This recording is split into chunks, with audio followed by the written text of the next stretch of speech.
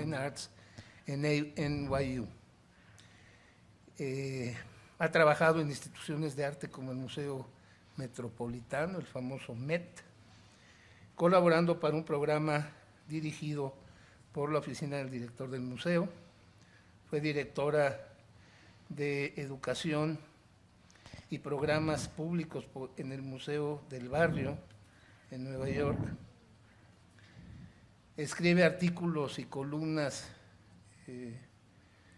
de arte para diferentes publicaciones como Nat Geo México, como Nat Geo España, para diferentes títulos, además del Grupo Expansión, como la revista Arte de Aire de Aeroméxico, Travel and Leisure, y para Cúpula, el suplemento cultural del Heraldo de México, entre otros.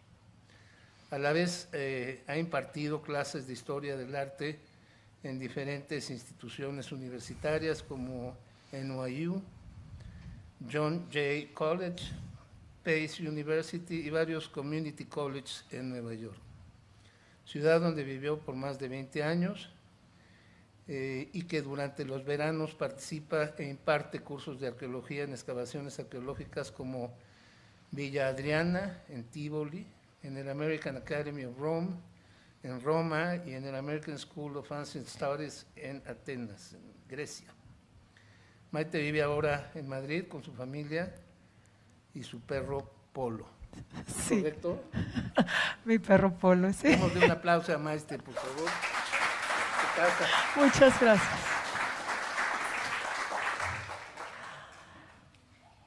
Me da un enorme gusto y agradezco enorme y sinceramente la oportunidad de estar aquí con ustedes para que platiquemos de una de las iglesias que a mí más me gustan en la vida y que además vive muy cerca de mi corazón.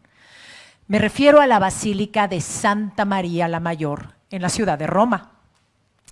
Y es que cuando me ha tocado dar clases desde este lugar y llevar estudiantes que no necesariamente están familiarizados con el cristianismo y la fe cristiana en general, introducirlos a todos estos temas desde este lugar en específico es simplemente una forma tan fácil, tan amable y tan maravillosa de presentarles uno de esos aspectos bellísimos que tiene la Roma cristiana, uno de tantos. Porque indiscutiblemente la Basílica de Santa María la Mayor es una de las más importantes de Roma y además de las más bonitas. Y es por eso que el día de hoy, ustedes y yo aquí, para los que ya han estado alguna vez en la Basílica y piensen regresar, y para aquellos que no han tenido la oportunidad de visitar todavía la Basílica de Santa María la Mayor, pero que la tengan en su lista muy arriba, o que simplemente les interese el tema, haremos un recorrido por su historia, su arte, su arquitectura. Hablaremos de sus mosaicos, hablaremos de sus capillas, hablaremos de aquellos personajes que se han visto involucrados a lo largo de la historia con la construcción y el engrandecimiento de esta preciosa iglesia. Y pienso que un buen lugar para empezar es la fachada. Esta que ven aquí es la fachada principal, el día de hoy, de la Basílica de Santa María la Mayor en Roma. Una fachada interesante porque es relativamente moderna, del siglo XVIII, levantada por el arquitecto Ferdinando Fuga. Y ya nada más por eso, así de bote pronto, es algo interesante, porque lo que pasa con Santa María la Mayor es que la estructura original, de más de 1600 años, está revestida por una construcción mucho más reciente. Y es por eso que cuando flanqueamos este portón, estilo neoclásico, una vez más, hecho por Ferdinando Fuga, y nos introducimos al espacio interior, descubrimos, primero que nada, un lugar esplendoroso. Y después, un lugar que asombrosa y milagrosamente si me permiten decirlo, se ha conservado casi intacto desde el siglo V. Y eso permite al visitante viajar en el tiempo 1600 años atrás. Pero no me quiero adelantar y prefiero comenzar por la historia, que es el principio, y la historia siempre es el principio. Después de más de una intensa persecución de más de 300 años, finalmente la religión de los cristianos fue legalizada por este emperador que ven aquí, Constantino el Grande. Y lo hizo a través de lo que se conoció como el Edicto de Milán en el año 313 de nuestra era. Al legalizar la religión de los cristianos, Constantino permitía a este grupo de gentes amar o adorar a su Dios libremente. Y con esta legalización llegó una primera ola constructiva de templos religiosos cristianos en Roma, de iglesias, todas financiadas por este emperador con recursos del imperio. Pero lo cierto es que aunque estas primeras iglesias del siglo IV fueran mandadas a hacer y financiadas por Constantino, la verdad es que no estaban en la ciudad de Roma propiamente dicho, no estaban construidas dentro de la ciudad de Roma, dentro de las murallas que cercaban las 7 colinas de Roma. Y la razón para esto no es únicamente que estas iglesias fueron construidas pues, encima de tumbas de santos y de mártires, lo cual es cierto, y pues por ser tumbas, los enterramientos no estaban permitidos de hacerse dentro de las murallas de Roma para no contaminar la ciudad, sino que se tenían que hacer a las afueras de la ciudad. Un ejemplo muy claro pues es la Basílica de San Pedro, que está construida en lo que la tradición, que no la historia, pero sí la tradición, piensa que está enterrado el santo, porque San Pedro fue aprehendido por Nerón y llevado a ser torturado a lo que se conoció primero como el circo de Calígula y después el circo de Nerón. Ahí es crucificado de cabeza y después lo entierran en la necrópolis que existía en la colina Vaticana, que no es una de las 7 colinas de Roma, estaba a las afueras de la ciudad, y por eso tenemos ahí pues la Basílica de San Pedro. Es verdad, esta es una razón importante por lo que las iglesias estaban construidas fuera de Roma. Pero también eso nos habla del estatus que tenían los cristianos en el Imperio Romano durante el siglo IV. La única excepción a la regla fue esta iglesia que aparece aquí, muy prominente en este mapa medieval, que se llama San Juan de Letrán. San Juan de Letrán pertenece a la primera fase constructiva, a la primera fase que es la del siglo IV, y sí está construida dentro de las murallas, pero muy apenas. San Juan de Letrán está justo pegada a las murallas. Esto era porque si volvía a cambiar la marea y los paganos se volvían a hacer con el poder, pues lo único que había que hacer era reubicar esa pequeña porción de las murallas para sacar a San Juan de Letrán de dentro de la ciudad. Ahora, si bien es cierto que San Juan de Letrán pertenece a la primera fase constructiva del siglo IV, ese no es el caso de Santa María la Mayor. Santa María la Mayor pertenece a la segunda fase constructiva, que es ya del siglo V, cuando la religión de los cristianos se convierte en la religión oficial del imperio después en el año 385 de nuestra era. Y por ser la religión oficial del imperio, pues el emperador en turno pues derramó aún más recursos financieros, recursos económicos para, ay, Dios mío, recursos económicos para construir iglesias que fueran más grandes y más espectaculares.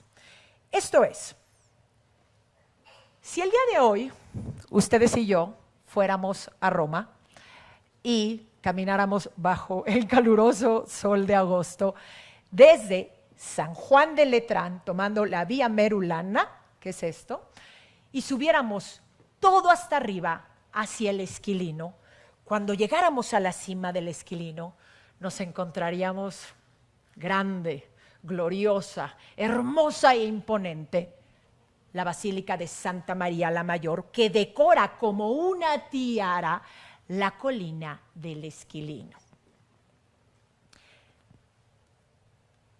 Y esto es importante porque ya nos dice algo. Los 100 años, el periodo de 100 años que hubo de la construcción de San Juan de Letrán, una vez más junto a las murallas, a la colina del Esquilino, a la Basílica de Santa María la Mayor, sobre la colina del Esquilino, ya nos dice algo. Nos dice que hubo cambios dramáticos esos 100 años en el imperio, cambios importantes para la religión de los cristianos, porque Santa María la Mayor va a ser construida en un barrio muy prominente de Roma. No va a ser un barrio como San Juan de Letrán o las otras iglesias. El barrio del Esquilino va a ser un barrio de muchísimo prestigio. Déjenme ponerles un poco en contexto en cuanto a este barrio y lo que significaba, no únicamente durante el siglo V, pero durante el siglo III, durante el siglo I y durante la antigua Roma, durante el Imperio Romano, lo que era el barrio del Esquilino. Una vez más, si ustedes y yo fuéramos a Roma, pero ahora en el siglo V, y camináramos por el barrio del Esquilino, nos encontraríamos con el pórtico de Livia, la esposa del primer emperador romano, Octavio Augusto, que le mandó a hacer su pórtico. ¿Dónde más? En el barrio del Esquilino, el barrio más prestigioso habitacional de la antigua Roma. Y luego nos encontraríamos con los jardines estilo Persia, estilo Imperio Persa de Mecenas, unos jardines maravillosos, Mecenas, amigo, consejero y prácticamente el segundo de a bordo en algún momento también de Octavio Augusto, y las casas de los grandes senadores y familias patricias de Roma, de las matronas romanas tan importantes dentro de la sociedad de Roma y de los influyentes de Roma, como por ejemplo el emperador, el poeta Virgilio, escritor de la Eneida, que tenía en ese barrio su villa. Y también la tradición nos dice, ahora que me acuerdo, que San Pedro, cuando llega a Roma, convierte al cristianismo a un senador muy importante, Quinto Cornelio Pudencio, y a su esposa Priscila, y ellos mismos, este matrimonio, acogen a el santo, quien vive también en la villa de este emperador, en el barrio del Esquilino. Y ustedes pensarán, bueno, pero ¿por qué esta mujer se alarga tanto con esto del Esquilino? ¿Y a dónde quiero llegar? El barrio del Esquilino va a ser muy importante y eso va a hacer que Santa María la Mayor sea pensada desde sus inicios con una mentalidad y luego entonces con una estética completamente diferente a las otras iglesias, a las otras basílicas romanas, que fueron pensadas, como San Juan de Letrán una vez más, pues como lugares espaciosos, era lo que se buscaba al principio, lugares donde poder tener los ritos dentro a comparación de los paganos que tenían sus ritos afuera. Y esta pues es una de las razones que hace tan interesante a Santa María la Mayor.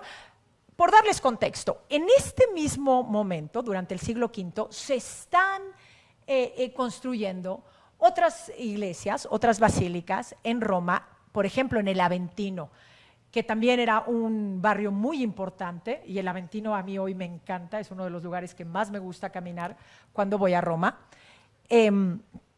pero no era nunca como el barrio del Esquilino. A ver, para que me entiendan, los vecinos de Santa María la Mayor van a ser los nietos de aquellos hombres, de aquellas familias patricias que construyeron los grandes templos de Roma. Estoy hablando de Óptimos Máximos Capitolinos en la cima de la colina del Capitolio y del templo de Venus en el foro de Julio César y en el templo a Marte en el foro de Octavio Augusto, y los grandes templos de los que Roma se sentía tan orgullosa.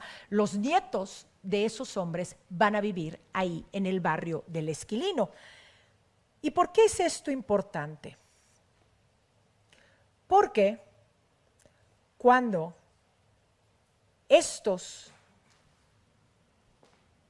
cristianos del siglo V obtienen la propiedad en el Esquilino para construir Santa María la Mayor, hay una única regla que deben de seguir puntillosamente: no bajes el valor inmobiliario de la propiedad que acabas de adquirir, ni de tan prestigioso barrio donde se encuentra tu propiedad. Y esto tiene su importancia, porque aquí lo que estamos viendo, mi querido auditorio, es algo que ha llegado hasta en estos días. Este es el momento exacto de la cristianización de Roma y la romanización del cristianismo. Este es el momento en que el Imperio Romano adopta el cristianismo y el cristianismo adopta ideas, costumbres, historia, arte de Roma que llega hasta nuestros días, y de hecho hoy no lo entendemos como arte romano, lo entendemos como una herencia cristiana. Tenemos que ir a la historia para excavar, para entender lo que viene de Roma. Y eso es lo que está pasando aquí. Ahora, esto también tiene su importancia particular, porque mientras que el cristianismo se va haciendo la religión oficial del imperio, lo cierto es que para los romanos, sobre todo para los romanos de clase alta, es decir, para los romanos del Esquilino, los cristianos eran tildados como semibárbaros. Era un grupo de gente que pues no era politeísta, que tenían un solo Dios, y su Dios había muerto en la cruz. Para nosotros hoy, aquí, en medio de la Ciudad de México, en el siglo XXI, es muy difícil entender lo que eso significa. Porque la cruz está tan trillada, hemos visto tantos crucifijos y tantos Cristos crucificados que no entendemos de qué se trataba. El castigo de la cruz era tan terrible, tan doloroso, tan cruel, pero sobre todo tan humillante, que los romanos jamás crucificaban otro ciudadano romano. Esto es, por el simple hecho de haber nacido romano o tener la ciudadanía, tú no podías morir en la cruz. Tú no podías tener ese nivel de humillación por ser romano.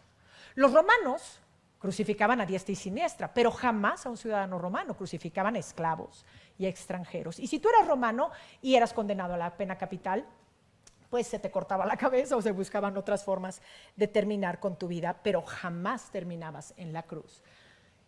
Y el Dios de los cristianos había muerto en la cruz y era judío. Y no solo eso, en sus rituales decían que se iban a comer su carne y a beber su sangre, que era, bueno, ya francamente canibalismo declarado para los romanos, no lo podían ni entender. Y bueno, pues no hablaban latín, no estaban versados en las artes, no tenían la idea de belleza y estética clásica tan importante para Roma, que habían heredado de la Grecia antigua. Y bueno, venían 300 años de esconderse en las catacumbas y les parecían un horror. Esta idea estaba profundamente arraigada en la cabeza de los romanos de clase alta. Y la Iglesia Católica lo sabía. La respuesta a estos argumentos tuvo nombre y apellido y se llamó Santa María la Mayor, en el barrio del Esquilino. Ahora, antes de entrar de lleno a esta construcción, quiero asegurarme de rendirle homenaje a la hermosa leyenda de la fundación de esta iglesia del siglo V. Desafortunadamente, yo como que no avanzo. Okay.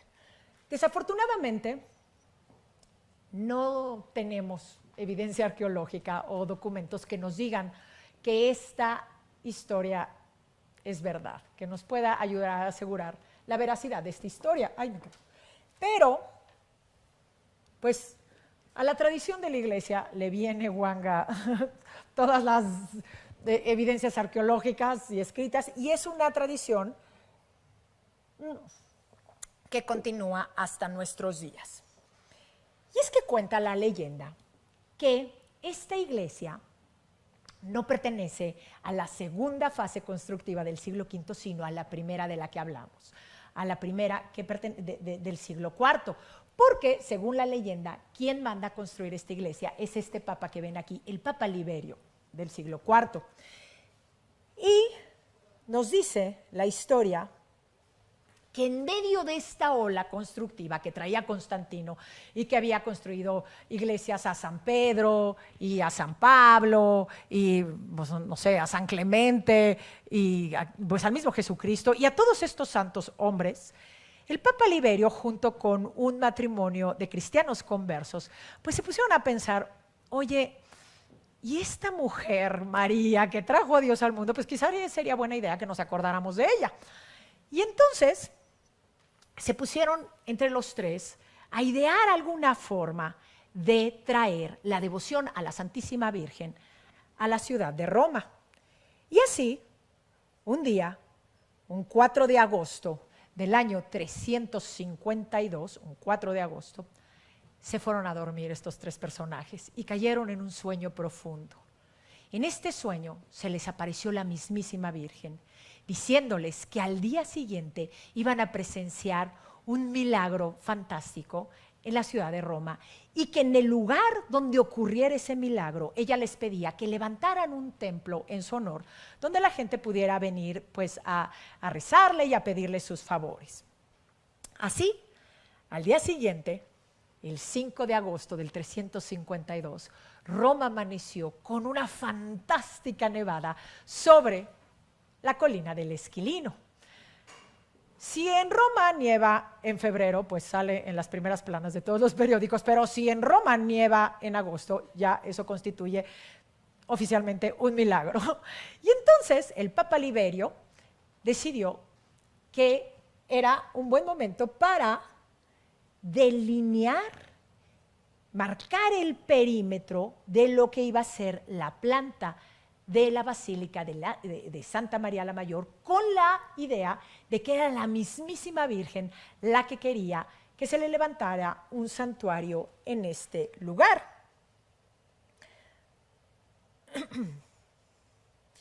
Y bueno, aquí les muestro esta preciosa pintura. No, me adelanté.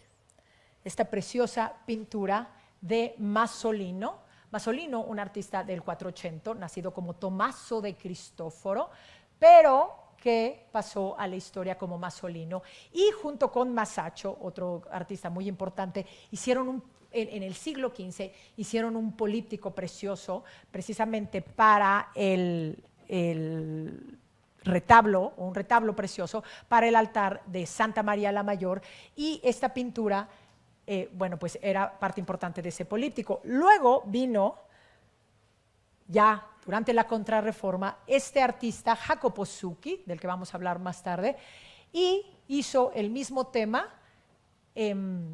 Esta es témpera sobre tabla, y es una pintura que pueden encontrar en los museos vaticanos. Ahora, actualmente, cada 5 de agosto en Roma celebra esta preciosa leyenda de la Virgen de las Nieves.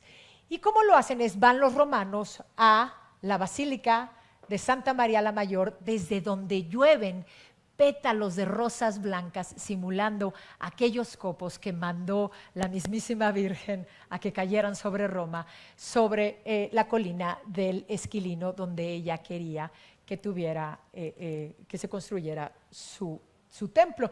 Si alguna vez están ustedes en Roma, un 5 de agosto, no dejen de ir porque el espectáculo es precioso y a los romanos les encanta.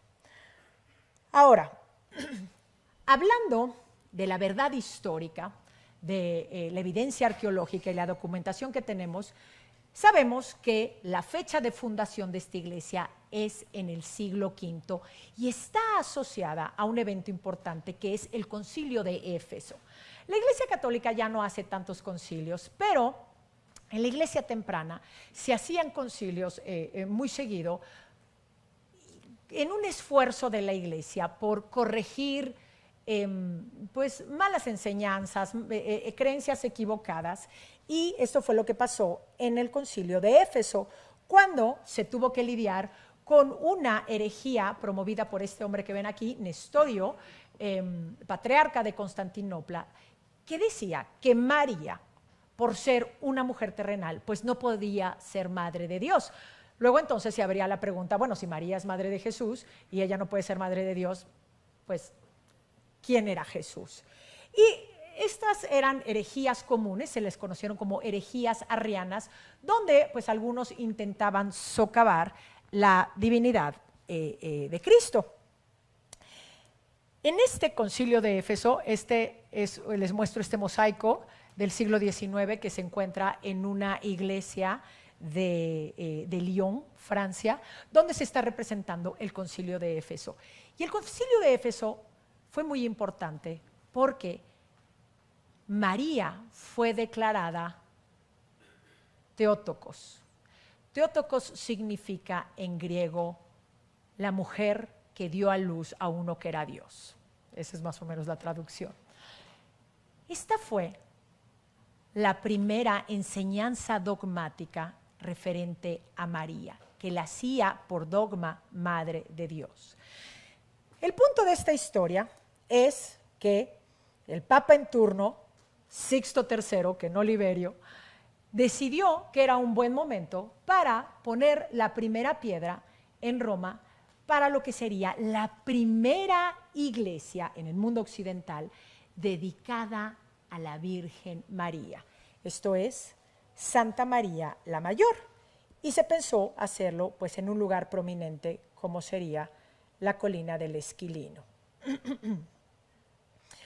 Ahora, parte importante de la belleza de esta iglesia, y esto es algo que yo pienso cada vez que voy, es cuán querida es esta iglesia por los romanos y cuán querida ha sido esta iglesia a través del tiempo, y no únicamente por el pueblo romano, que evidentemente adoran a su iglesia, a su basílica de Santa María la Mayor, pero por papas, por príncipes, por los reyes de España, por la reina de Portugal, por duques y condes desde Milán hasta Nápoles, porque ha sido casi milagroso que esta iglesia se conserve en un estado tan extraordinario por más de 1500 años. Y sí, es verdad, fue un poco dañada en el saqueo de 1527, cuando entraron las tropas de Carlos V a saquear Roma y el Papa tuvo que salir corriendo a esconderse en el Castello San Angelo, y también sintió la sacudida del temblor de 1349, pero en realidad le han hecho muy poca mella a esta iglesia, sobre todo en comparación de San Juan de Letrán, que se ha quemado 3 veces y se ha caído 2 y se ha tenido que reconstruir otras tantas, y San Pablo Extramuros, que también se quemó, y bueno, San Lorenzo, que la bombardearon durante la Segunda Guerra Mundial. Ese no ha sido el caso de Santa María la Mayor. A diferencia de estas iglesias, Santa María la Mayor únicamente ha ido haciéndose más grande y más hermosa. Todo esto que ven en rojo son añadiduras en el tiempo. Ahora sí que pedazos de iglesia que le han ido agregando. El ábside y las capillas satelitales, todas, y desde luego, pues, la fachada de Ferdinando Fuga. Todas nuevas adquisiciones a través del tiempo que se han ido poniendo alrededor de la nave central del siglo V, que es la construcción original. Ahora, hay una idea muy importante, que si queremos entender la Basílica de Santa María la Mayor, tenemos que tenerla muy claro y me van a oír repetirla. Esta basílica no se hizo para ustedes, ni para mí, ni para los romanos que están hoy en Roma, ni siquiera para los romanos del siglo XVIII, ni XV. Se hizo con unos visitantes originales muy específicos en mente, los vecinos del barrio del Esquilino, las matronas romanas del barrio del Esquilino y los senadores y los patricios, las familias patricias y los influyentes de Roma, y con la idea muy clara de sembrar en su cabeza que María era la Madre de Dios. Voy a empezar por la puerta, es un buen lugar para empezar, y esta es la puerta que inmediatamente notamos no es una puerta original, es una puerta moderna, pero a mí me gusta porque combina pasado y presente. Y creo que esto es parte de la magia, si se me permite, de la Basílica de Santa María la Mayor. Lo que tenemos en el primer panel es la imagen de la Virgen María como Madre de Dios. Y lo sabemos porque en la parte de abajo tenemos la representación del Concilio de Éfeso, del cual ya hablamos, donde fue declarada Madre de Dios. En el panel contiguo tenemos una imagen de Cristo en lo que se conoce como el varón de los dolores. Cuando vemos el cuerpo de Cristo muerto, este es el cuerpo de Cristo muerto, vemos las llagas y tiene la llaga en el costado, pero paradójicamente está erguido, está de pie, a ese se le conoce el varón de los dolores, el que se entrega totalmente. María lo señala y con eso nos dice, Cristo instaura la iglesia aquí en la tierra, a través, según San Mateo, a través de Pedro, cuando le dice sobre esta piedra construiré mi iglesia, y lo sabemos porque en la parte de abajo se representa el segundo concilio ecuménico donde María es nombrada Madre de la Iglesia. Esta basílica es dedicada a María, lo vemos desde la puerta. Y cuando entramos, no podemos perder de vista quiénes eran los visitantes originales para los que fue pensado, porque a ellos se les está hablando. Ese es el idioma que les está interesando a los arquitectos y a los decoradores de la iglesia. Aquellos que están siguiendo el programa iconográfico de la iglesia están pensando en esos visitantes vecinos de Santa María la Mayor en el barrio del Esquilino. Y es que hay aspectos muy elocuentes que van a hablarles a estas gentes, elementos que tiene la iglesia, como por ejemplo las columnas. Cualquiera que haya ido a Roma y haya entrado alguna vez a una iglesia se habrá dado cuenta que en Roma acostumbramos construir, acostumbraban construir iglesias con algo que se llama espolia. Espolia es un término en latín que se traduciría como ve, busca y tráete lo que te encuentres y con eso vamos a construir esta iglesia. Lo que encuentres en Roma te lo traes y eso es lo que vamos a usar. Eso es lo que era espolia. Elementos de otras construcciones que se reutilizaban para construir, en este caso, iglesias, pero obviamente esto no nada más lo hacían los cristianos, se usa desde la antigüedad. Y por eso vemos que se reusan, pues no sé, columnas y otros elementos. Aquí Cuando vas a una iglesia en Roma, te encuentras una columna, pues no sé, enflautada, lisa, jónica, dórica, corintia, de granito, de porfirio, con basamento, sin basamento, gordas, chaparras, chiquitas, todo, de todo tipo, porque están hechas de esta manera. Este no es el caso de Santa María la Mayor, porque Sixto III, el Papa, está trabajando con fondos del imperio y se puede dar el lujo de mandar a hacer un conjunto de columnas preciosas, todas iguales, para distribuirlas en esta basílica. Y las hace estilo jónico. Este estilo, este orden arquitectónico que ven aquí, se llama jónico.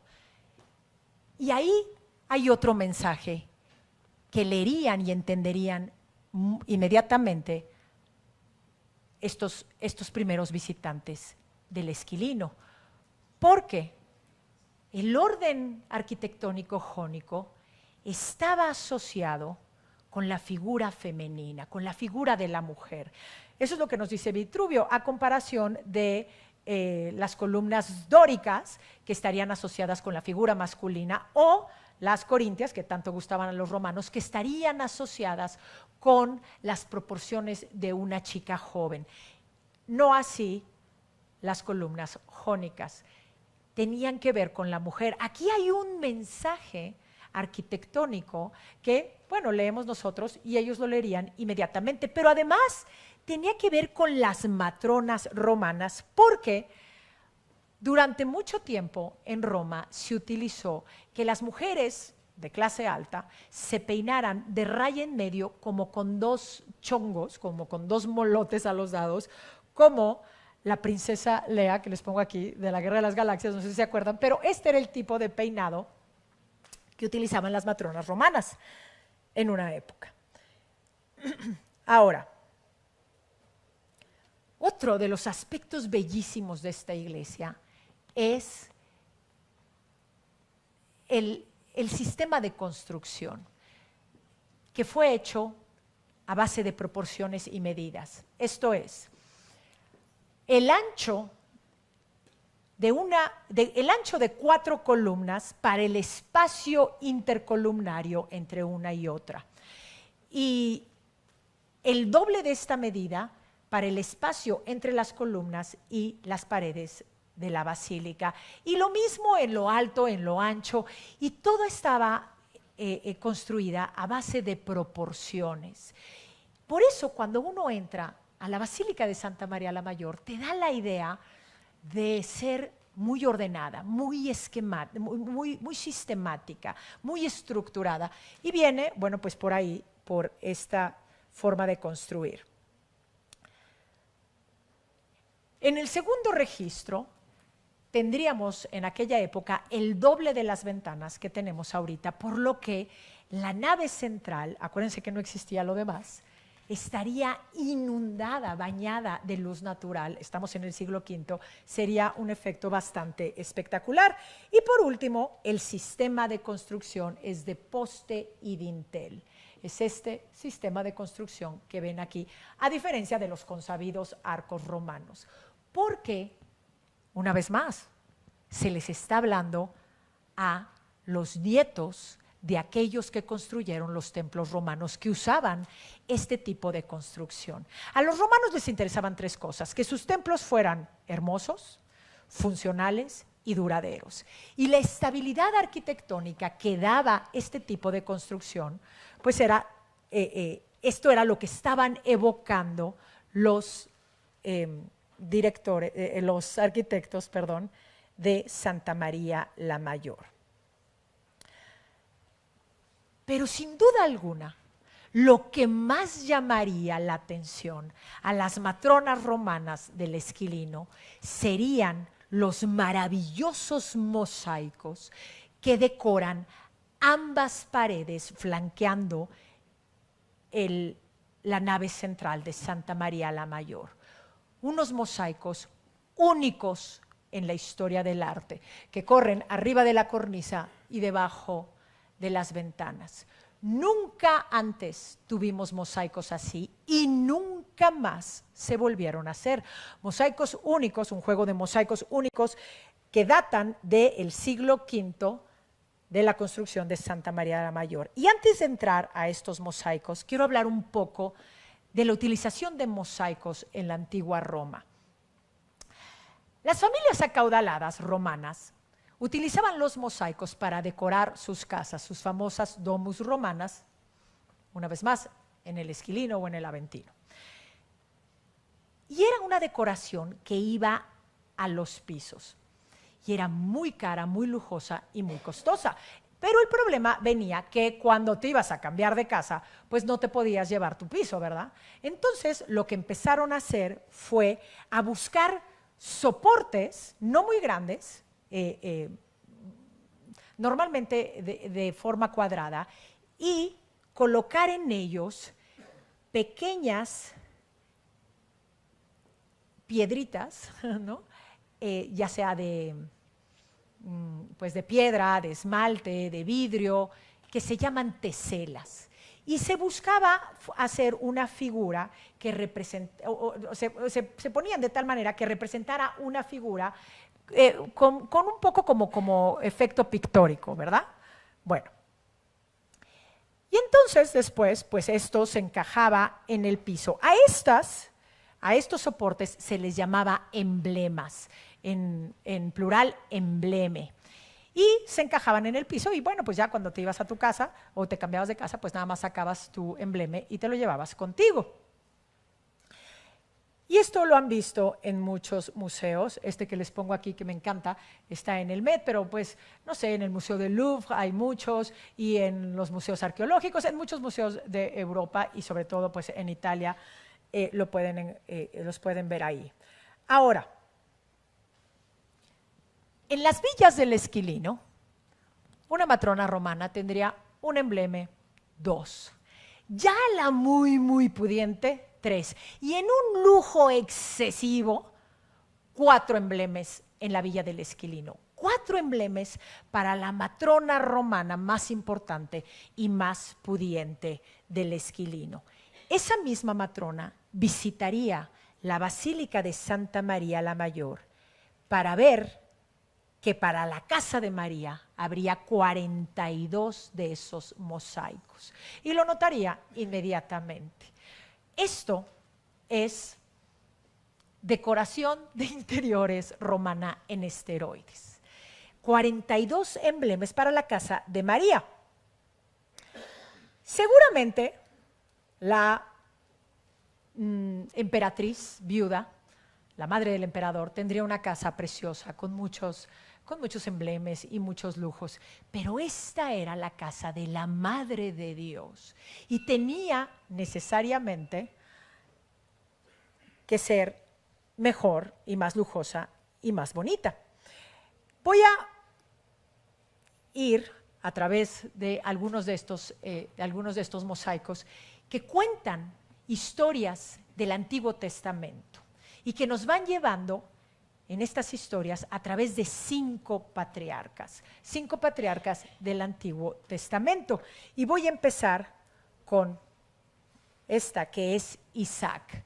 Isaac, que está en su lecho de enfermo y que en su ceguera confunde a su hijo Jacob por Esaú. Ese es Jacob, y le da la bendición a Jacob en vez de dársela a Esaú. Y por este lado vemos a Rebeca, que es la maquinadora de todo este engaño, y ya más atrás pues vemos a este Esaú enfurecido, que se ha dado cuenta que está siendo o que ha sido objeto de un robo a manos de su hermano Jacob.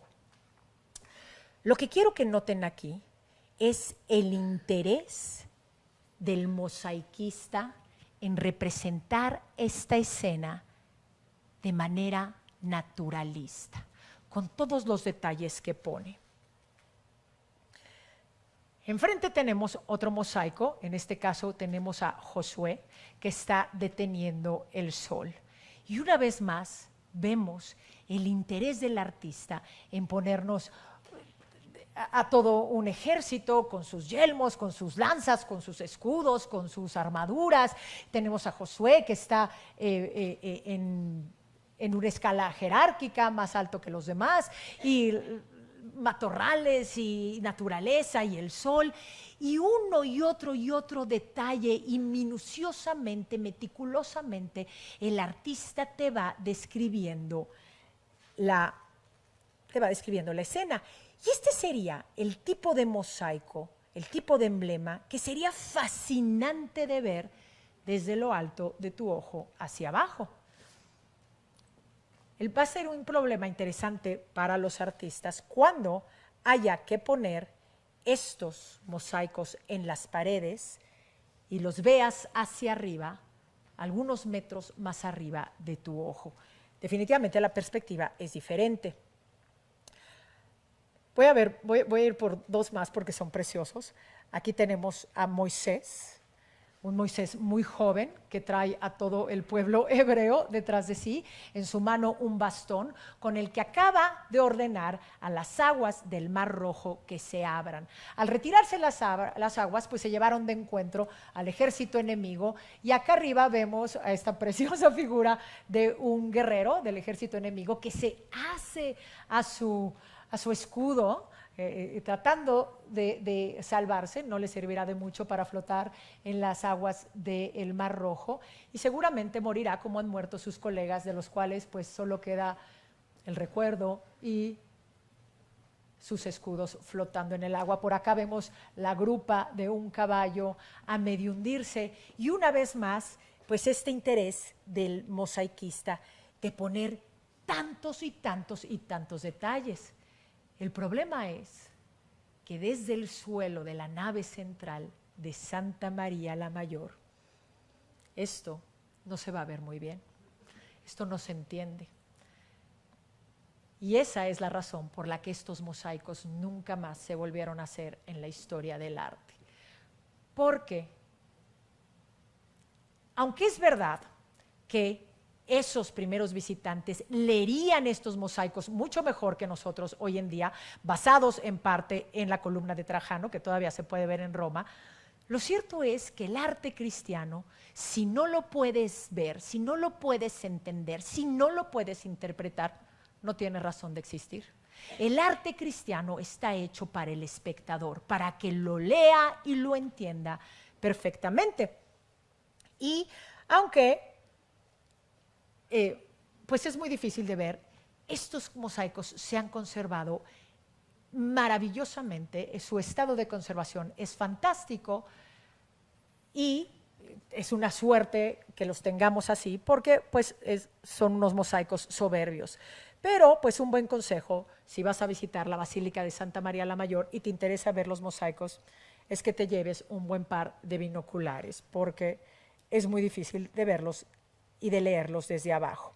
Ahora, al caminar por la nave central de Santa María la Mayor, seguimos recorriendo la historia de los mosaicos. Y aquí me detengo en la historia de Abraham. Este es Abraham en aquel pasaje del Antiguo Testamento donde se le aparecen 3 ángeles. Y ya para el siglo V, esta escena representa, ya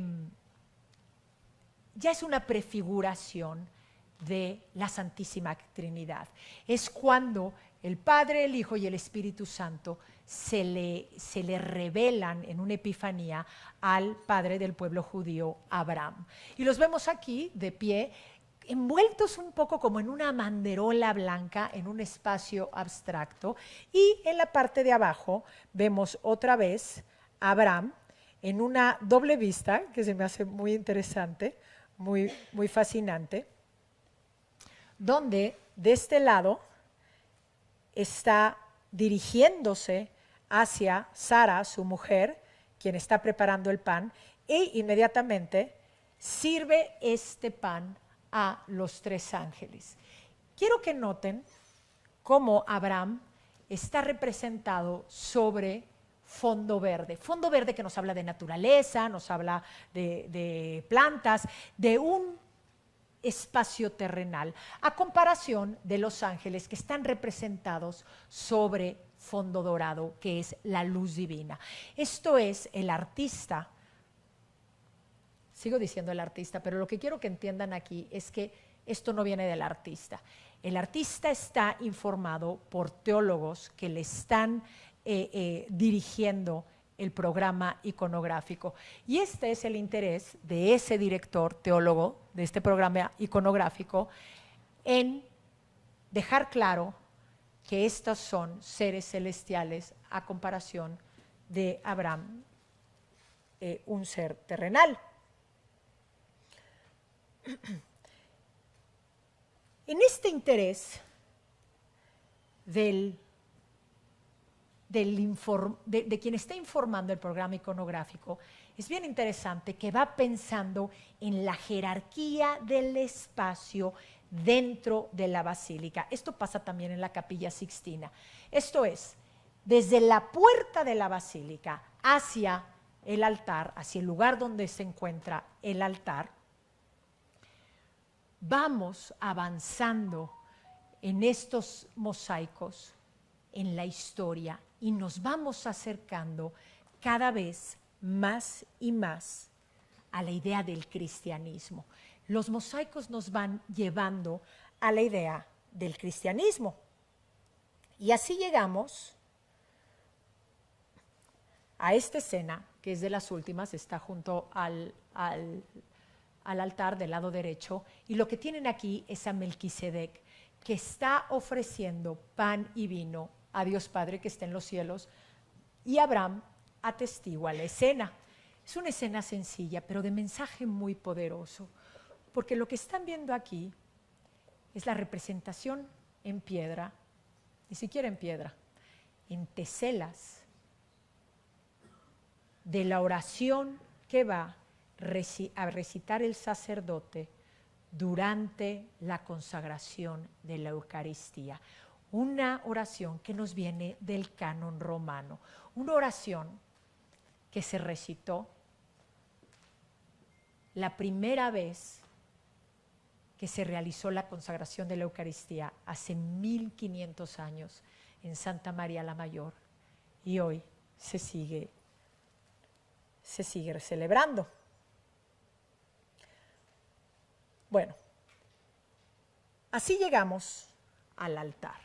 Ahora, antes de hablar del altar, repasemos un poco. Venimos de los mosaicos y dije que habíamos, que nos vienen guiando estos mosaicos a través de 5 patriarcas, que son Isaac, Jacob, Moisés, Abraham y Josué. Y Josué.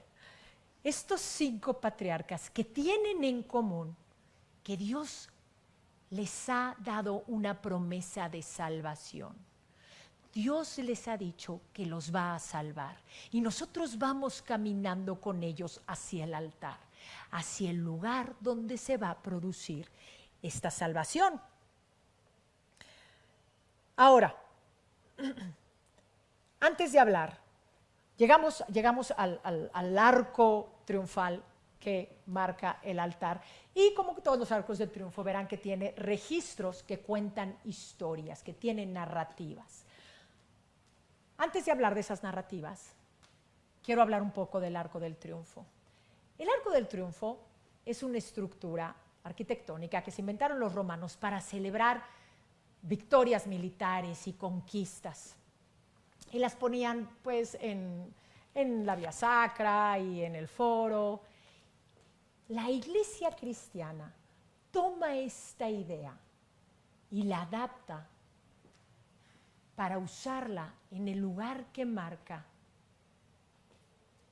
el altar. El altar donde Cristo va a vencer la muerte y va a vencer el pecado, y un arco del triunfo para Él. Porque lo que están viendo aquí es que aquella cristianización de Roma y aquella romanización del cristianismo se escribe en el lenguaje del arte y se crean estos lugares bellísimos. Aquí se materializa esta idea.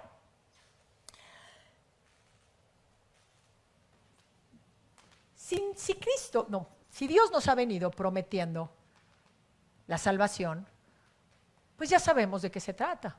Estamos hablando, ¿quién es la salvación? Pues Cristo mismo, su vida, su nacimiento, su vida, su muerte y su resurrección.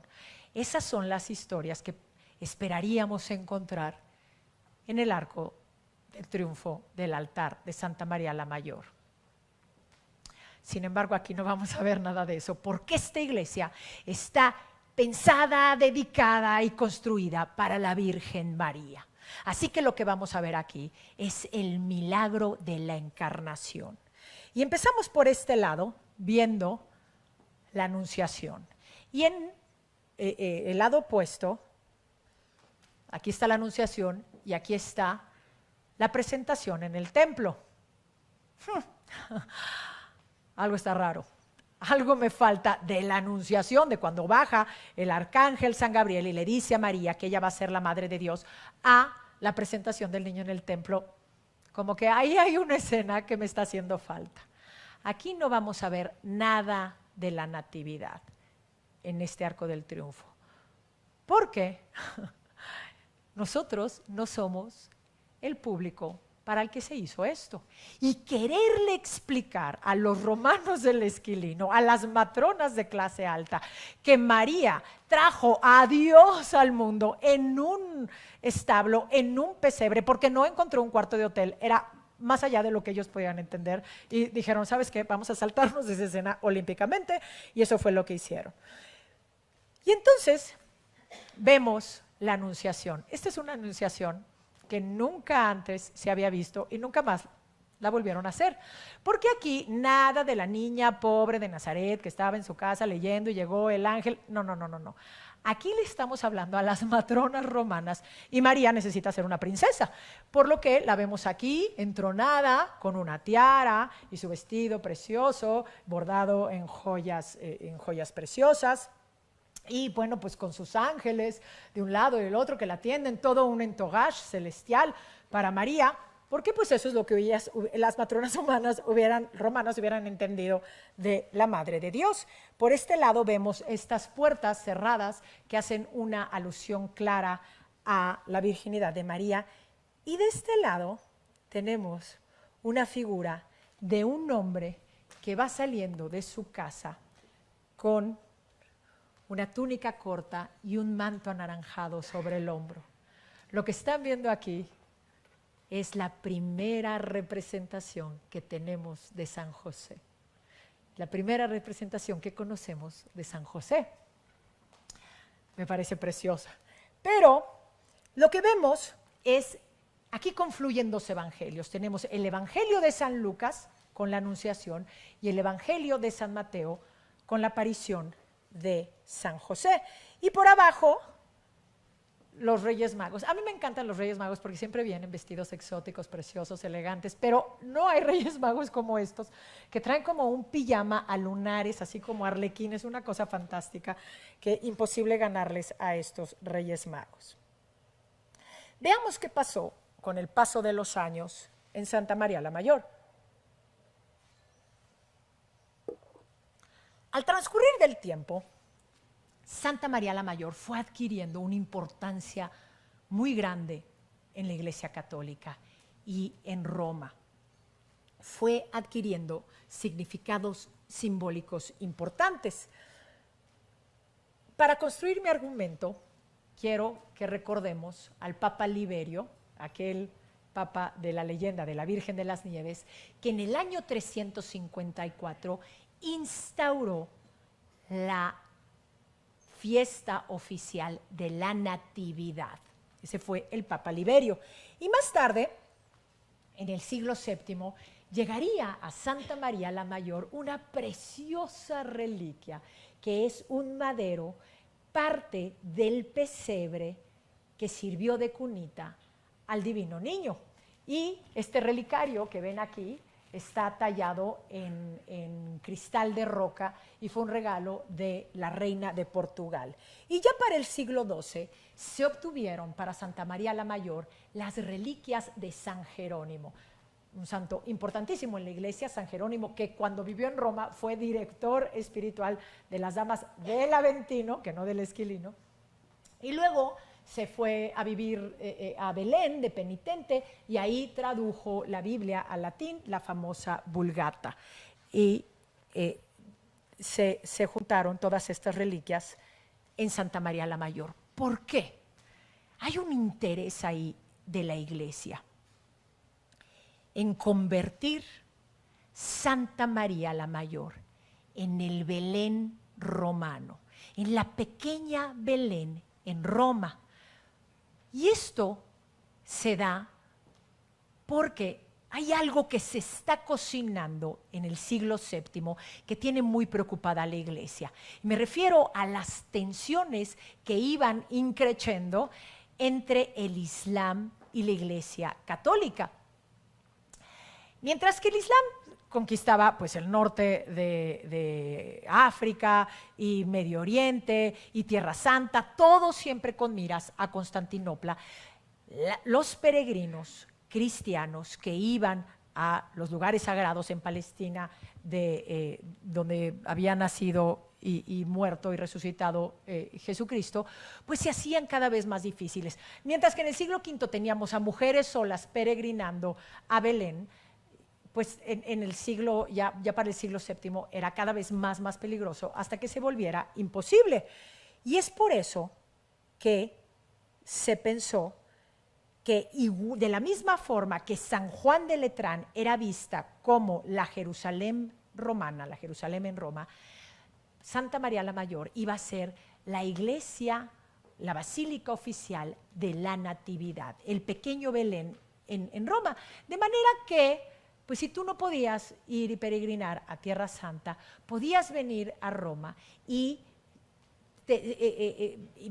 entrar a esta capilla donde estaban exhibidas todas estas reliquias y tener pues una peregrinación de alguna forma virtual donde estuvieran todas estas reliquias físicas frente a ti asociadas con el nacimiento del niño Jesús.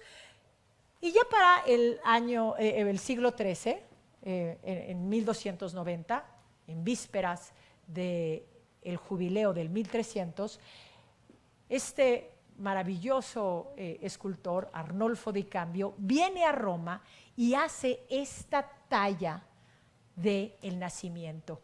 Esta es la primera representación escultórica que tenemos de un nacimiento. Y todo esto se juntó y se puso en una capilla satelital de la nave central. Y bueno, pues tú ibas y tenías esta experiencia. Así es como lucía Santa María la Mayor antes de que tuviera la fachada de Ferdinando di Fuga, en este apogeo que tuvo en la Edad Media, cuando se convirtió oficialmente en la iglesia de la Natividad y se le pusieron este pórtico precioso con sus columnas jónicas y el campanario más alto de la ciudad de Roma. Voy a cambiar de presentación. Permítanme. Ok. Ay, no se cambió.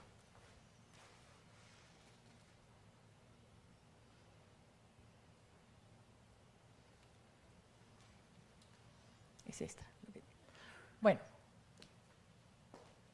En la década de 1286 a 1296 viene a Roma el artista del que ya hablamos, Jacopo Zucchi. Jacopo Zucchi, entre otras cosas, se le pide que decore en Roma la fachada de la Basílica de Santa María la Mayor con unos preciosos mosaicos. Muchas gracias. Preciosos mosaicos contando la historia de la Virgen de las Nieves y el Papa Liberio, que lo ven aquí dormido.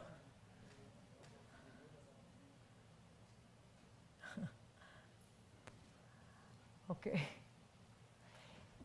Y estos mosaicos tenían en el centro, muchas gracias, la figura de Cristo entronado en una forma, en un mosaico bastante, con un sabor bastante ítalo-bizantino, Y Jesús sostenía en su mano un libro que leía la leyenda Ego Sum Lux. Ay, yo como que no puedo. Ya pude. Ego Sum Lux, la luz soy yo. Y es que, ya quedó, gracias. La luz soy yo. Cuando salía el sol de la mañana, los primeros rayos en Roma, y se posaban sobre los mosaicos de la fachada de Santa María la Mayor, reflejaban toda esa luz dorada y de colores que caía sobre la ciudad de Roma. Y es que la Basílica de Santa María la Mayor se convirtió en un faro en medio de la ciudad. ¿Cómo? ¿Está usted buscando la Basílica de Santa María la Mayor? Es esa. Es ese resplandor dorado y de luces de colores que está en la cima del Esquilino y que anunciaba a los fieles el lugar exacto donde se localizaba esta iglesia dedicada a María, de la misma forma que la estrella de Belén guió a los Reyes Magos al portal donde había nacido el niño Jesús. También durante esa época se le agregó a la iglesia su pavimento cosmatesco. Se llama pavimento cosmatesco a este tipo de decorado en el piso con patrones geométricos hechos a base de incrustaciones de mármol y que se pusieron tan de moda, los podemos encontrar en la Capilla Sixtina, en San Clemente y en otros muchos lados, y reciben el nombre de cosmatesco por la familia Cosmati. La familia Cosmati era una familia de artesanos de Roma que pusieron de moda este piso. Y aunque el piso de Santa María la Mayor está severamente restaurado, sigue siendo uno de los más bonitos de Roma. También durante esa época se mandó agrandar el ábside, porque había tantos sacerdotes que no cabían, un problema que ya no tiene la Iglesia Católica, pero no cabían y se mandó agrandar el ábside. Y para decorarlo se le pidió al artista Jacopo Torriti que decorara. Jacopo Torriti era un artista que era franciscano y lo que hizo fue esta coronación preciosa de Jesús coronando a la Virgen María envueltos en un orbe, esto se llama orbe, que es una esfera celestial, representa al mundo, sostenido por ángeles en ambos lados. Y en la parte de abajo vemos esta franja en la que la naturaleza hace su reaparición en el arte. Y vemos, bueno, pues agua y matorrales y animales y aves, y no nos debe de extrañar que la reaparición en el arte venga a manos de un franciscano, siendo San Francisco tan amante de la naturaleza, y lo vemos aquí en este lado de la composición. Y más abajo, al Papa Nicolás IV, enseñándonos como prueba fehaciente de que si tú tienes el dinero y lo pagas, te puedes inmortalizar en el arte. Así llegamos al Renacimiento, con este Papa Alejandro VI Rodrigo Borgia, que ha pasado a la historia como un papa problemático, por decirlo menos. Este Papa, Alejandro VI, en los 15 minutos que decidió tratar de ser católico, y parece que tuvo una pequeña reconversión en el año 1497, vísperas del jubileo, pero del 1500, y ahí sacó a sus hijos de la corte papal y todo esto, y total que volteó a ver a Santa María la Mayor. Cuando se animó a hacer acciones buenas, siempre demostró tener una devoción especial a la Virgen María y había sido arzobispo de Santa María la Mayor, por lo que cuando viene Cristóbal Colón, después de descubrir América en 1492, cargado con barcos de oro, de nuestro oro de aquí de América, para los reyes católicos, Isabel y Fernando. Estos reyes le dan parte de ese oro a el Papa Rodrigo Borgia, como ya dije, un papa español, y Rodrigo Borgia utiliza parte de este oro para hacer los preciosos artesonados del techo de la Basílica de Santa María la Mayor, hechos de oro y de baño de oro. Y también fue este papa el que tuvo la idea de hacer una puerta santa en la que se abriera durante los años del jubileo y derramara indulgencias plenarias sobre los fieles. No únicamente esta puerta, también la puerta de San Pedro y de San Pablo y las puertas santas. Y de hecho, cuando el Papa Juan Pablo II abrió esta puerta en el año del jubileo del 2000, recitó la misma oración que había recitado Alejandro VI en el año del jubileo del 1500. Y así llegamos ya a la parte final de nuestra presentación. Vamos a hablar un poco de las capillas. Esta capilla es la capilla al Santísimo Sacramento. Durante el Renacimiento se puso muy de moda que hubiera capillas satelitales a las naves centrales de la basílica. Y nos cuenta la tradición que fue el mismísimo Miguel Ángel quien diseñara esta capilla al Santísimo Sacramento, aunque fuera construida después de muerto el artista. Y aquí les pongo esta pintura de Franco Sampetti, que no es una pintura, es una fotografía de Franco Sampetti, que me encanta porque se me hace tan dramática. Y al verla y ver estos sobresalientes de las paredes, pues no es difícil inclinarse a que sí seguramente tuvo que ver algo Miguel Ángel en la construcción de esta capilla. Ahora, estamos en la Contrarreforma y a la Iglesia Católica le interesa recalcar la idea de la presencia real de Dios en la Eucaristía, que era un debate de la época. Y para eso se pensó, pues, ¿por qué no hacemos una capilla dedicada únicamente al Santísimo Sacramento?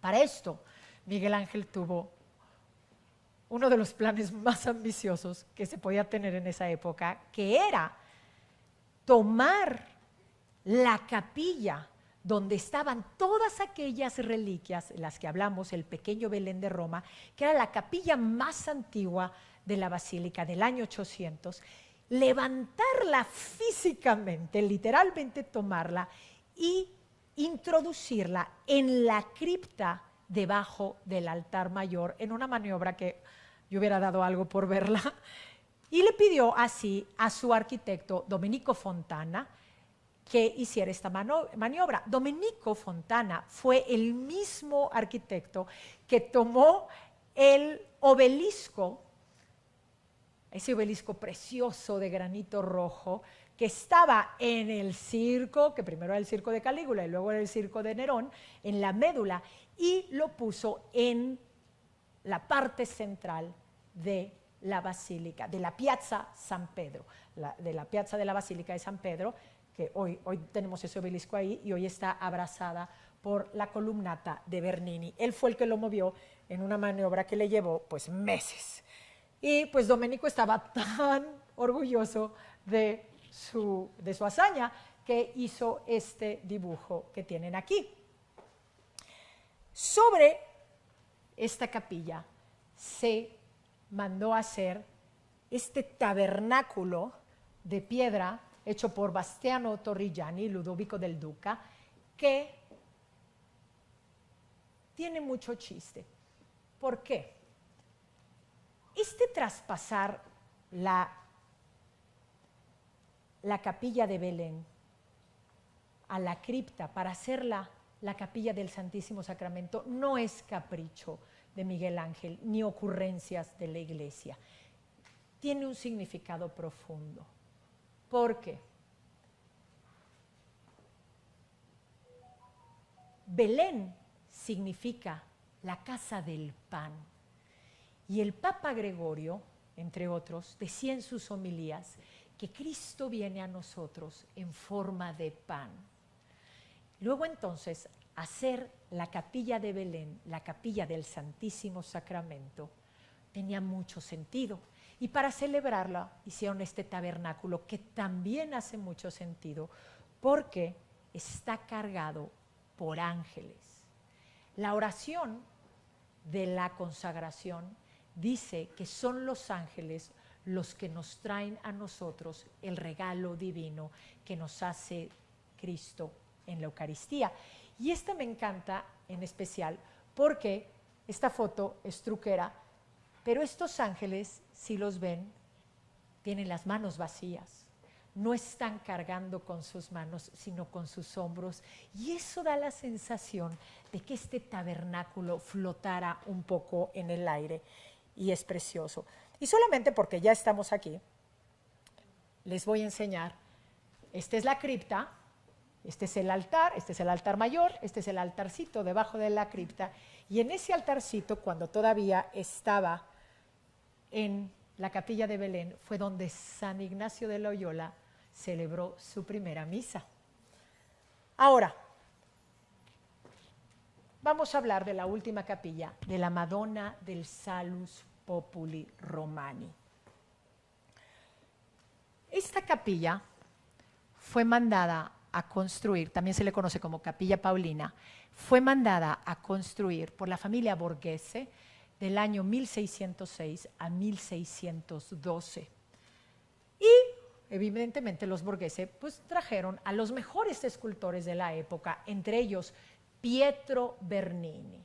Y Pietro Bernini traía con él a su joven hijo de 12, 15 años, pues para que aprendiera el oficio de la familia. Con los años este joven se convertiría en el gran Gian Lorenzo Bernini, uno de los escultores más grandes y más importantes que haya dado la historia. Al morir Bernini a sus 82 años, con toda la fortuna que había amasado y con todo el éxito que tenía, pidió que se le enterrara con una sencilla lápida que solo llevara su nombre en la capilla de la Madonna del Salus Populi Romani. Hasta este momento, ustedes y yo hemos hablado, bueno, sobre todo yo, de arquitectura, de la historia, del arte, pero todavía no he tenido oportunidad de presentarles a la moradora más importante de la Basílica de Santa María la Mayor. Y me refiero al ícono de la Madonna Salus Populi Romani, un ícono queridísimo en la ciudad de Roma y antiquísimo. Aquí no me voy a poner a debatir si es del siglo V o si es del siglo IV, que es un debate que no me divierto en lo absoluto, pero sí les voy a decir que la tradición nos dice que este ícono fue pintado por el mismísimo evangelista San Lucas cuando tuvo de modelo a la Santísima Virgen frente a él en vida. No es esta la única razón por la que este ícono sea tan querido por los romanos. Y es que cuando cayó sobre Roma la terrible plaga del 590, muere el papa en turno, Pelayo, víctima de este terrible mal, y sube al papado Gregorio el Grande, el Papa Gregorio.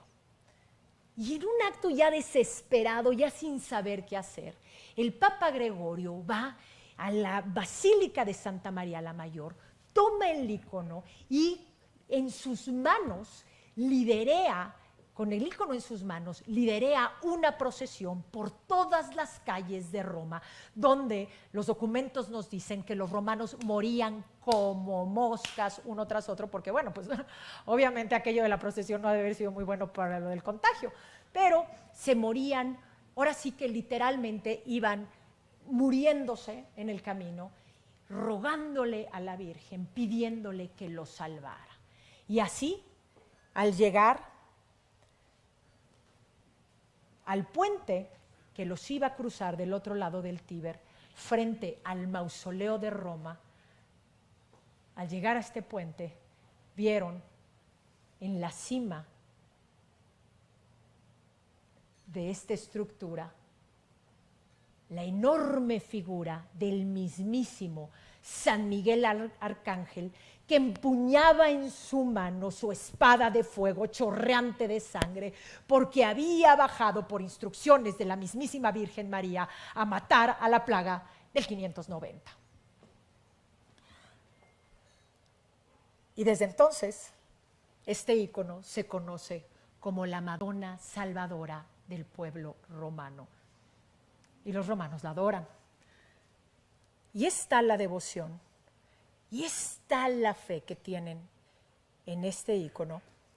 Y desde entonces también se conoce este castillo como el Castello San Angelo y el puente frente a él como el Puente de los Ángeles, con las figuras diseñadas por Bernini. Tal es el amor que tienen los romanos por este ícono hermoso, y tal la fe que recientemente, durante la pandemia del COVID-19, una vez más, el pueblo romano sacó el ícono de Santa María la Mayor, el ícono de la Madonna Salus Populi Romani, para que en marzo del 2020 el Papa Francisco oficiara una misa en una plaza de San Pedro vacía y bajo la lluvia, y se acercara a suplicarle a esta Virgen, esta vez no únicamente por el urbi, no únicamente por la ciudad, sino por el orbi, por todo el mundo.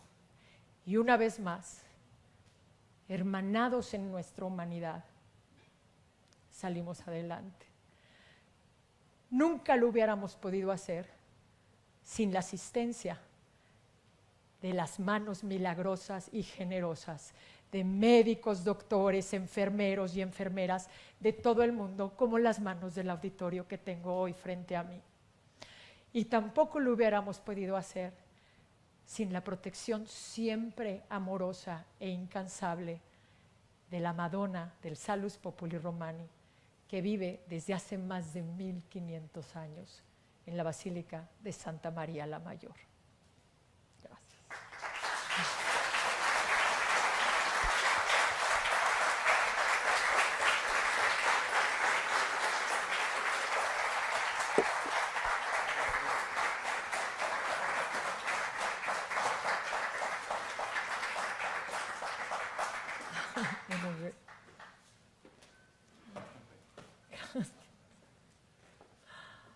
Maite, pues muchas gracias por tan extraordinaria plática que nos acabas de dar, el entusiasmo y la pasión que has demostrado y que la transmitiste.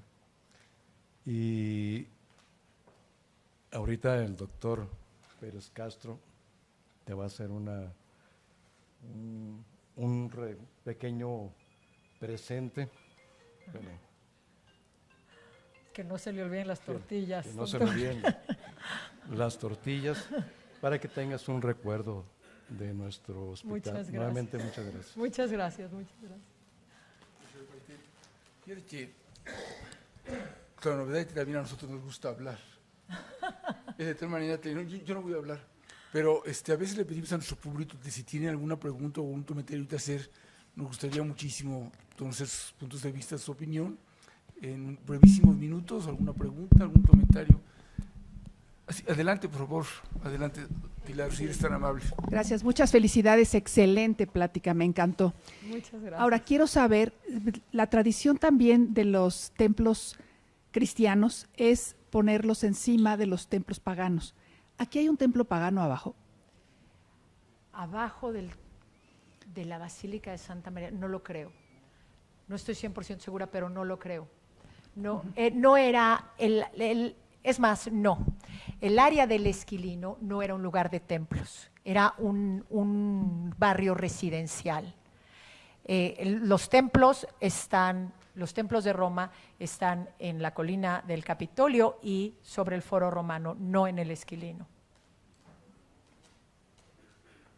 Y en este caso, no es ese cristianismo, no es el cristianismo que llegó en Roma.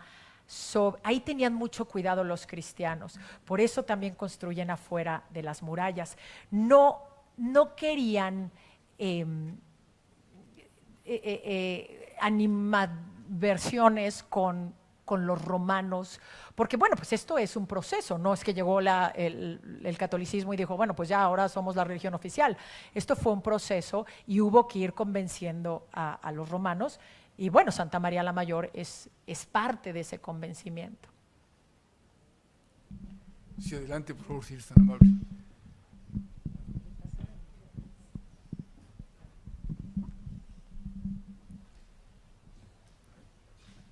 Muchas gracias, Maite.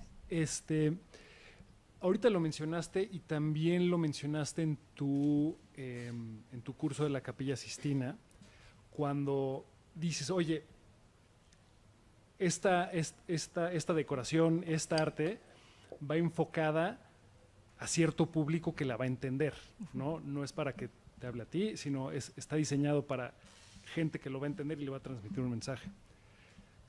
Aquí era para las doñas del Esquilino y en la Capilla Sixtina para los cardenales, ¿no? Así es. Yo lo veo y digo, está complicadísimo, o sea, cómo, o sea, en aquel entonces la gente era tan letrada y tan conocida para entender y ver y conocer todos esos detalles tan finos y escondidos detrás de tanto detalle. O sea, sí había esa educación y ese entendimiento para que efectivamente el mensaje fuera transmitido a la audiencia a quien iba dirigido. No era, pero esta audiencia, de las dos que mencionaste, eran muy especiales. Unas eran los cardenales, pues ellos eran los mismos teólogos, ellos eran los que, en la Capilla Sixtina, ellos eran los que leían los textos y los interpretaban. Por eso la Capilla Sixtina, pues no, es que no era un lugar abierto, era la capilla del Papa, era lo que pasa es que ahora la han abierto y cobran un dineral, pero es la capilla del Papa donde se da el cónclave. La Capilla Sixtina está hecha para el cónclave, para aquellos que van a ir al cónclave y que vayan entendiendo. Y sí, esos príncipes de la iglesia, porque en este caso eran los príncipes de la iglesia, hubieran sabido y hubieran entendido, era pues el pan nuestro de cada día para ellos. Después las cosas cambian. En la Contrarreforma ya no es así, pero en este caso sí. Aquí, en la Basílica de Santa María la Mayor, hay cosas que las matronas romanas, porque tú las mencionas, pero que el visitante del Esquilino hubiera entendido. Y hay otras en las que se les está educando. Los mosaicos se les está educando porque estos mosaicos es historia judía. Ellos obviamente no la conocían. Los cristianos la adoptan porque Jesús es judío, pero pues ellos no la conocían. Aquí hay una educación y además no ha de haber sido muy exitosa porque no se podía leer bien. Hoy no se puede leer bien. Entonces, por eso nunca se volvieron a hacer estos mosaicos. Pero habría otros elementos que sí habrían entendido muy bien estos primeros visitantes. Sí, creo que difícilmente podríamos entender una construcción, algo tan frío como son una basílica, si no fuera por explicaciones tan doctas y tan llenas de pasión, como te dijo el doctor Lara Soto, y como nos explicaste la basílica de hoy. No te voy a robar más saliva. Quiero, de parte de las autoridades del hospital, especialmente de la Sociedad Médica y del doctor Humberto Galo, entregarte un reconocimiento por habernos muchas gracias. Dado tu oportunidad de escucharte. Muchas gracias. Adicionalmente, tenemos la tradición de darles a cada uno de nuestros invitados una medalla, es una onza de plata. Ay, La onza de plata tiene... Muchas gracias. Muchas gracias, de verdad. No, hombre. Para nosotros tiene mucho valor esa onza de plata porque tiene dos caras. Una de ellas está el Estatua de la Libertad, que para nosotros es muy importante. Y por otro lado están los 32 estudios de los estados de la República, que también es igualmente de importante. Divina, muchas gracias. Estoy abrumada, de verdad. Les agradezco enormemente. Para mí es un placer venir y hablar de arte y que me escuchen y que nadie me diga ya cállate. Así que se los agradezco Pero aún hay enormemente. más. Aún hay más. Aún hay más. Sí, no te Perfecto. falta un poco más. Oh, bueno. Nos encanta que la gente que viene y que nos acompañe en el hospital para estos eventos se ponga la cachucha del hospital Ah, y perfecto. que se sienta una parte de Pues ya nosotros. estuvo. Ese es todo. Claro que Muchas sí. gracias. Y bueno, también aquí ponemos una serie de cosas que Qué padre, muchas nos parece gracias. importante que tengas. Pero quizá lo más importante de todo esto no solamente es el termo, la pluma para que escribas tus recuerdos, algo que nos abra el corazón para que nos tengas presente, siempre nos guardes en tu memoria. Claro que sí. Muchísimas Muchas gracias, gracias. enhorabuena. Muchas gracias, Disfruta. doctor. Les agradezco Yo te lo guardo. muchísimo. Sí, bueno, me voy a quitar la cachucha. Pero la traigo puesta, ¿eh? Muchísimas gracias. Y no nos resta más que nuevamente agradecerles su presencia a todos y a cada uno de ustedes. Y los invitamos a que pasen con nosotros a degustar un vino de honor en Sí, por favor. un Un vinito, por favor. en la entrada del auditorio. Muchas gracias. Gracias.